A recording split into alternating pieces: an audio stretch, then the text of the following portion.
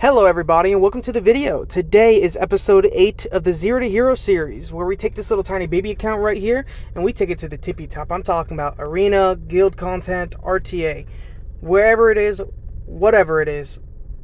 That should have been in reverse. We're going to conquer it. But of course, to do that, we must first start from zero, hence the name Zero2Hero. Now in the last episode, we had set out on the goal to find a fast and consistent team, as fast as you can possibly get for a beginner, for dragons, right? We tried to look out for a team for that, and while we did beat it, I wanted to mess with a couple units and test some units, and that's what I've been doing the last few days. And we got our team that's farming dragons, and we got a pretty good time on it. Obviously the time will get better as time goes on, but I was able to test a lot of units I wish worked, but they didn't. But on top of that, I didn't just do that for the last few days. I've been working on a whole lot of other stuff in the background, and I can easily say that we got a lot to talk about, a lot of important stuff to talk about in this video. So we're not going to waste any time. Let's go to dragons.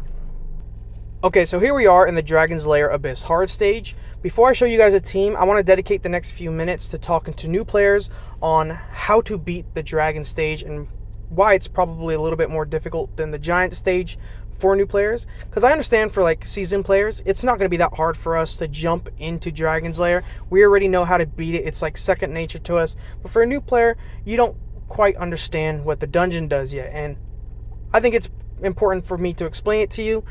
So when I explain the team later on, you'll understand why they're there, right? So I'll put a timestamp somewhere on screen for you guys to skip to, and you'll get to skip the whole explanation on the Dragon's Lair. But I'll try to keep it simple and sweet, right? So 3, 2, 1, there you go. So you're probably asking yourself, why is the fight in the Dragon's Lair so much more difficult than the fight in the Giant's Keep? Well, let me explain it to you.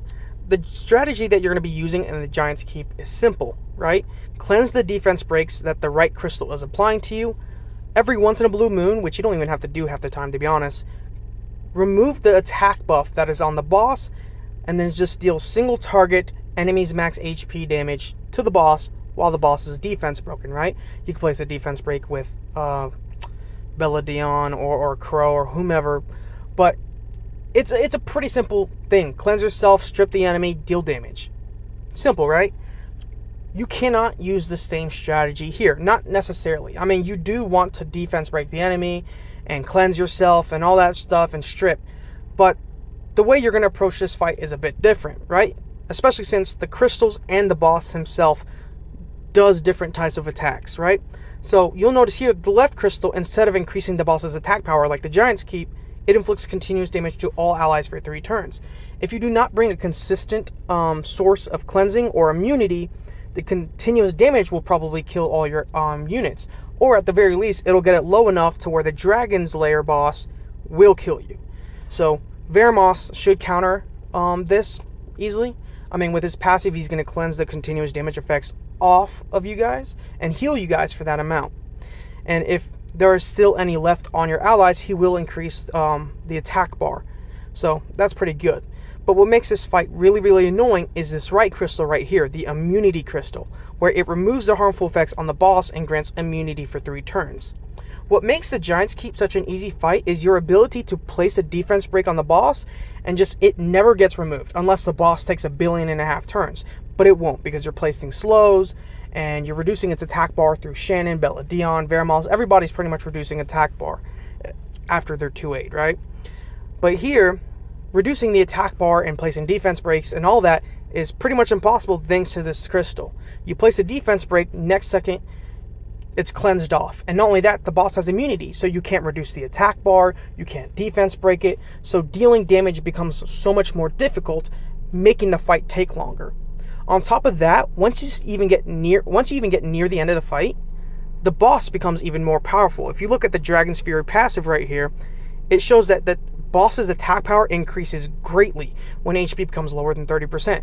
So you'll probably notice that you'll get the boss pretty low on HP and you're like, oh, we're almost done. And then somehow the boss deals 13,000, 15,000, even 20,000 damage to your units, pretty much killing everyone, making your run a bust, right? So If you can prevent this crystal from moving and cleansing and placing immunity on the boss, you could lock down the boss with Lauren, reduce its attack bar, never allowing it to take a turn, place a defense breaks or a defense break, and then the rest of your units can go in. But here's the thing, you don't want to aim for the crystal first and then the boss. You don't ever want to aim for the crystal. You kind of want to passively lock it down, right? How is it that you're going to do this?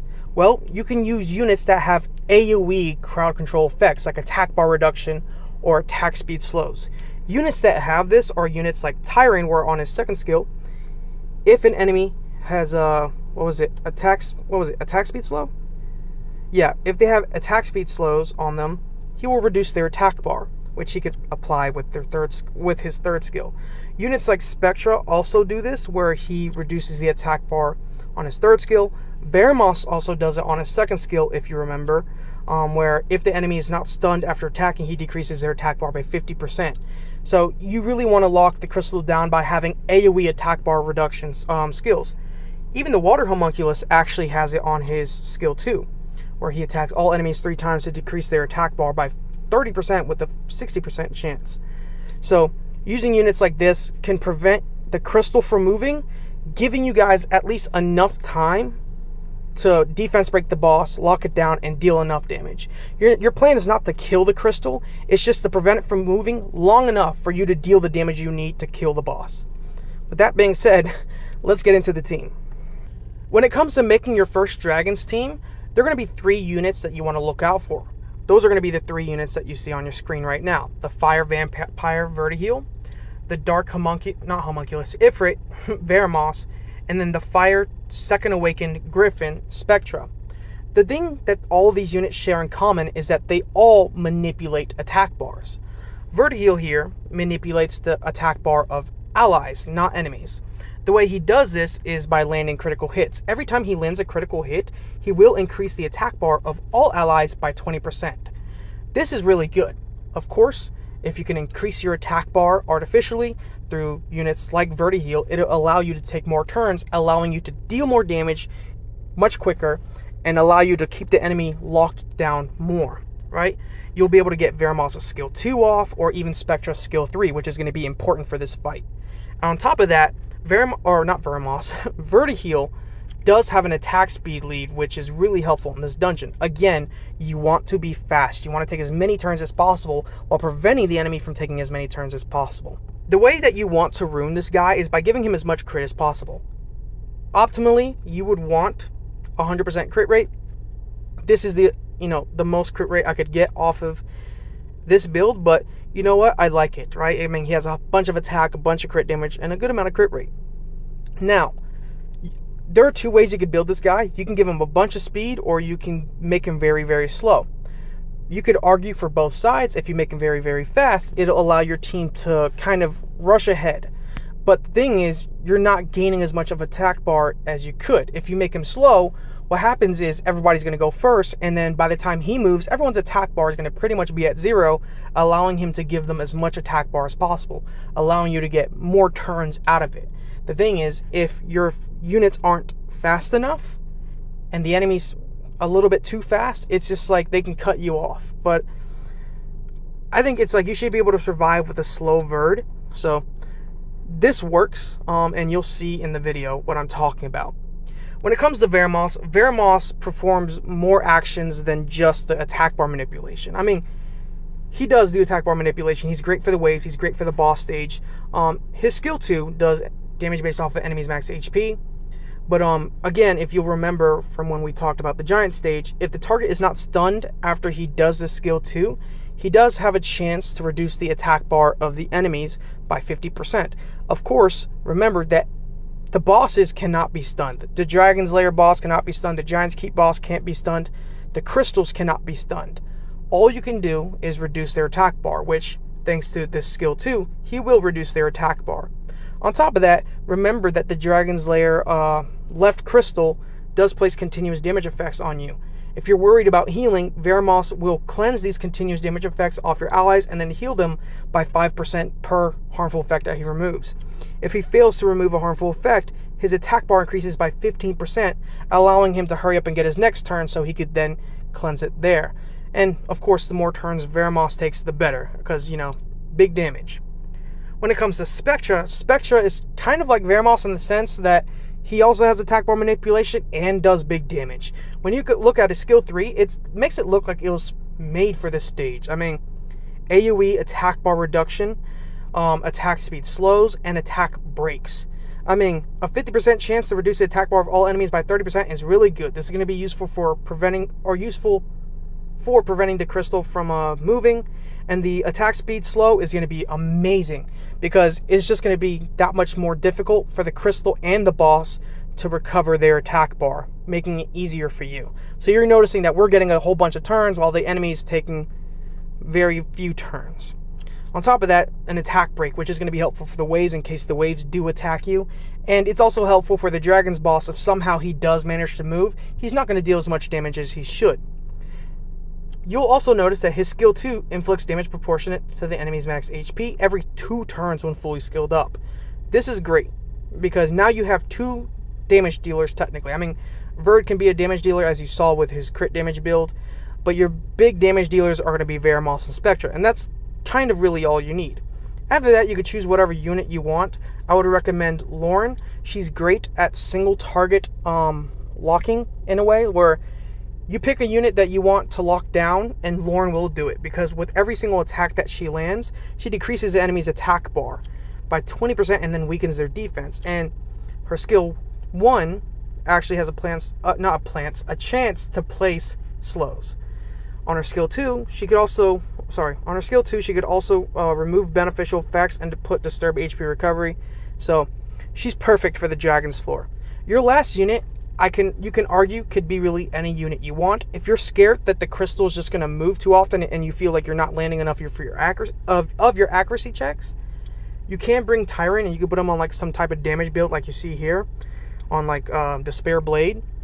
And he can help, especially with his skill 3 also placing slows and his skill 2 reducing the attack bar of the enemy by a lot. And I mean, you can get this every 3 turns. It's not a bad idea. Other units that I've been trying to use are units like Ander, but Anders is, he's something we need to talk about later.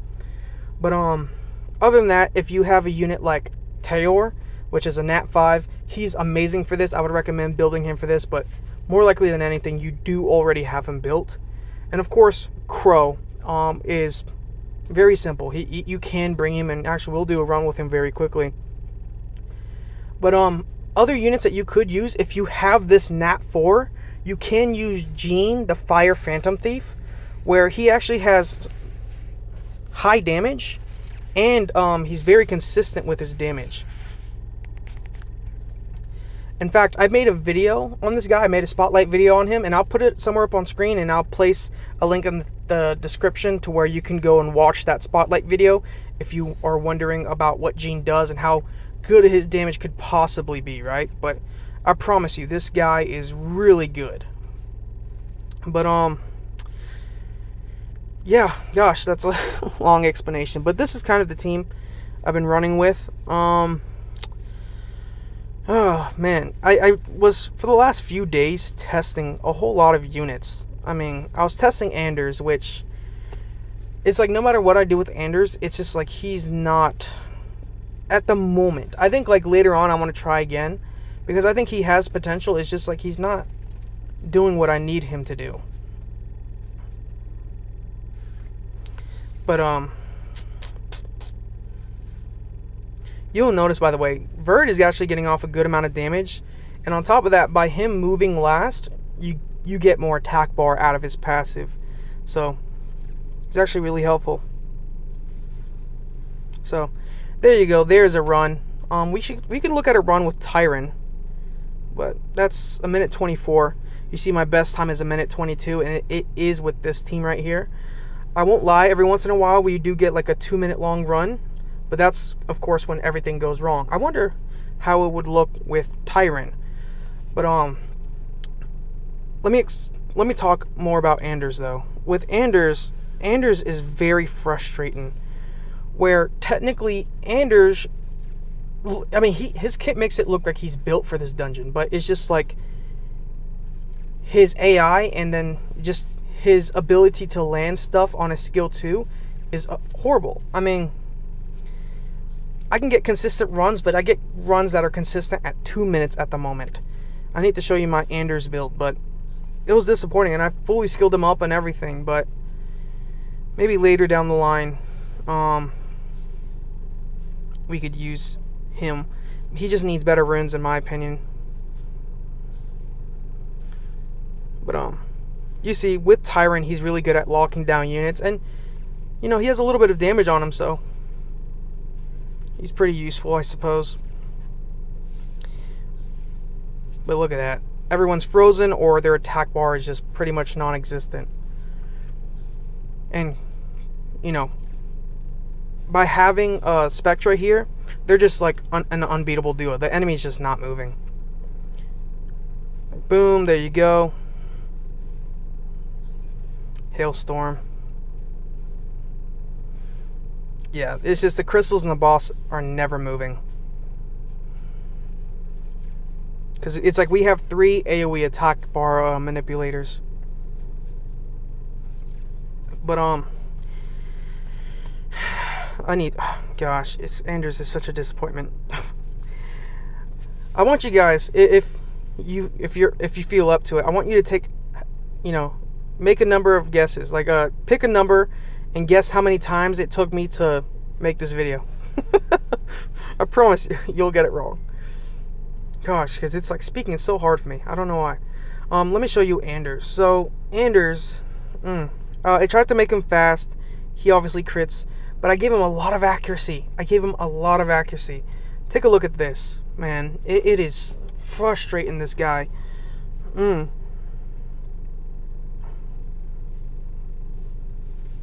Like, dude, skill 2. And then skill 1, he skills, like, he has skill 2 up. And then skill 1 again. What is with his AI? He is immune to using skill 2. And then he does it when the enemies are about dead. And then, even then, he didn't even land the defense break like I wanted. What a joke. Yeah, keep using skill freaking 1. It's frustrating. So it's like if he did what he should, I mean, these fights would be fast and quick, and he'd be a very fun free to play. Like, that's what he should be doing. That's what he should be doing. Because it's like, look how quickly now they're going to clear the thing.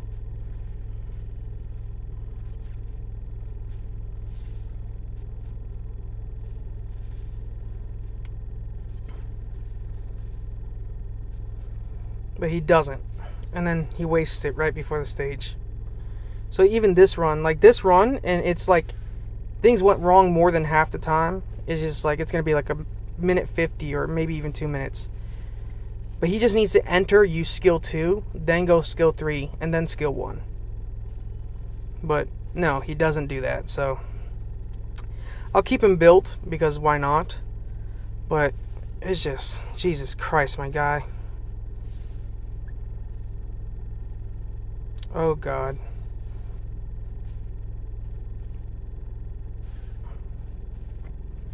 Thank God. And this is where things went right half the time. I guarantee you. Watch. 2 minutes. A minute 52. Regardless.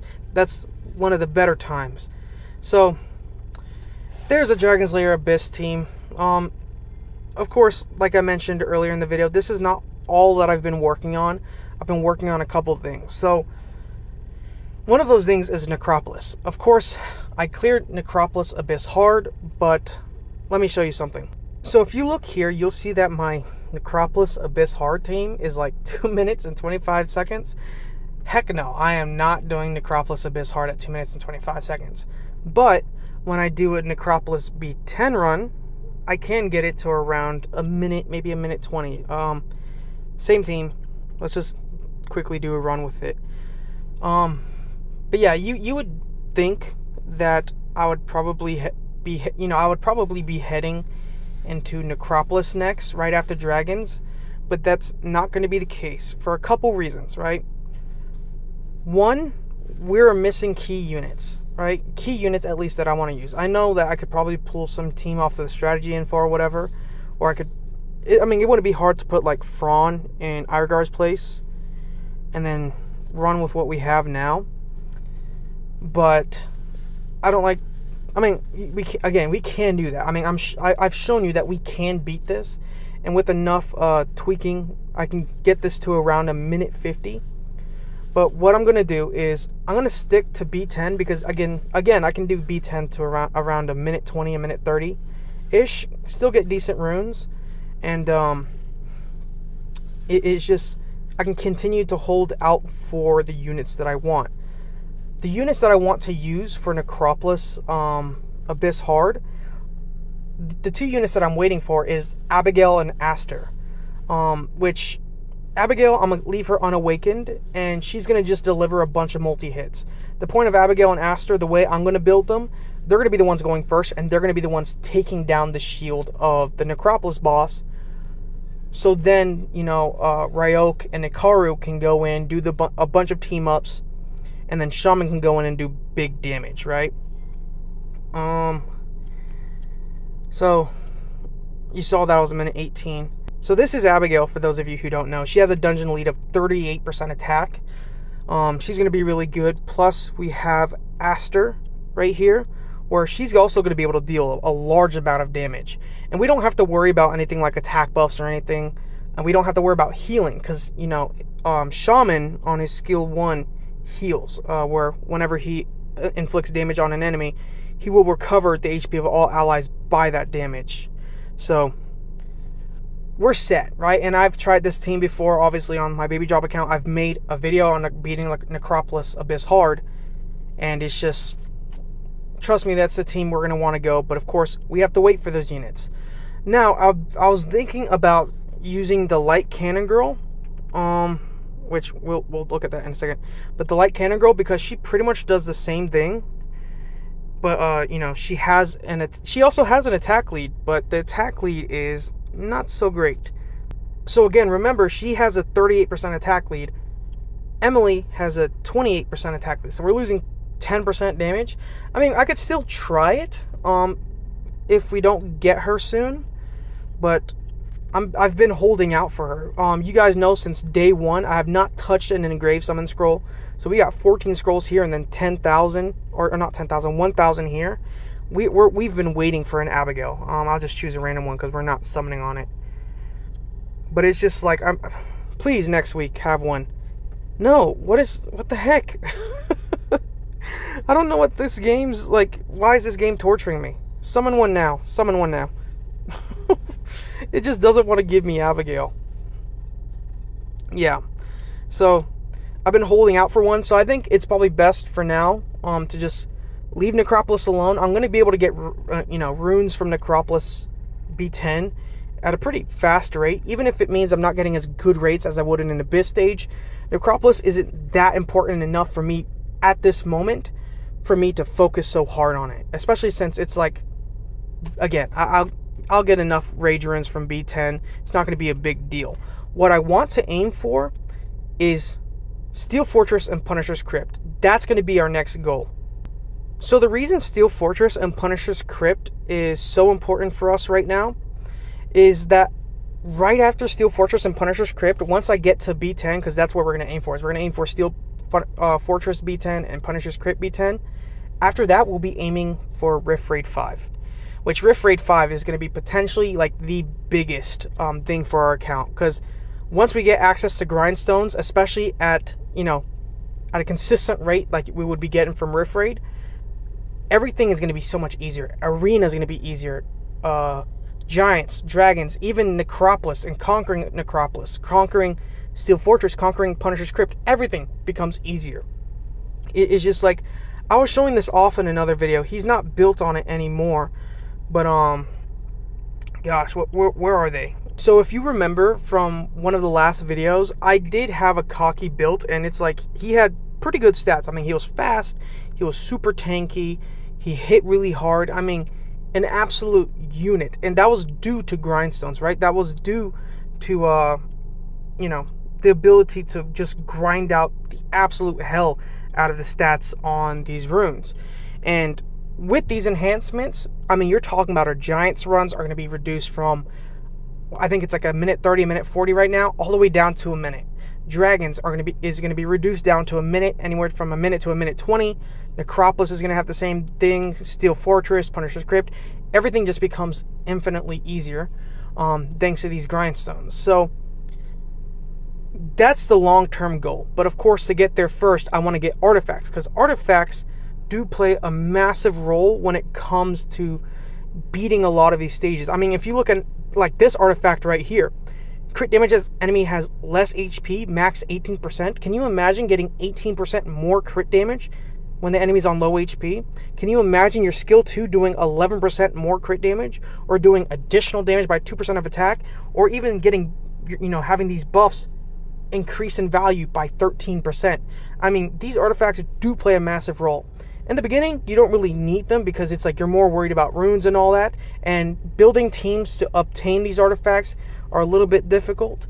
But once you get to the point where you can start utilizing these artifacts, trust me, these are really good. You'll notice that in a lot of my spotlight videos that the artifacts that are placed on those monsters are very specific. They help fit the role, or help those monsters, fulfill those roles, right? So if we can get to B10, we can start getting artifacts, which will, make everything easier as well. I mean, you'll see that there are going to be artifacts that help increase the accuracy of certain skills, increase the damage, help reduce damage being taken. And if we can get access to those artifacts, it's going to make entering Rift Raid level 5 just a bit easier. And trust me, we're going to need everything that we can get to help us beat Rift Raid 5. So long-term goal, beat Rift Raid 5. Short-term goal, clear Steel Fortress and Punisher's Crypt B10. But let's talk about the way I'm going to do that. So for the Punisher's Crypt team, this is obviously going to be the team that I'm going to use. So you'll see that I pretty much have everyone already 2A. These were 2As that I'd done while I was farming on the side. By the way, the things that you see here, the pathing you see me picking, that's the path you want to go. I mean, it's a pretty basic team, and it works because of just how much attack bar pushing we're doing and how much damage we're doing thanks to the team ups. Of course, this is B2. We're not going to see anything impressive. I think any unit can one-shot in B2. But this is the team that we're going to use for this stage. It shouldn't be hard to get B10 done. Most likely, probably by tomorrow, we can get this done and start working towards Rift Raid 5. But that's kind of the team that I'm going to be using. Now, when it comes to clearing Steel Fortress, the team changes a little bit. You'll notice that we have Zero2Hero and Ryok.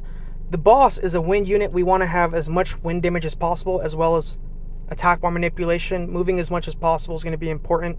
We're going to have Lauren for the stripping, the defense breaks, and the disturb HP recovery, which is going to be very important. Now, the final two units, if you haven't watched my Steel Fortress guide, are very, very important. I mean, these two share something in common. They both place blocks beneficial effects. This is going to be important for the Ancient Tormentor, as especially in the Abyss Hard stages, he places a shield and a defense buff on himself, making it impossible to damage him other than, it's like you won't be able to damage this guy until you prevent him from getting beneficial effects. There are other ways that you could place blocks beneficial effects on him. I believe you could use Gina.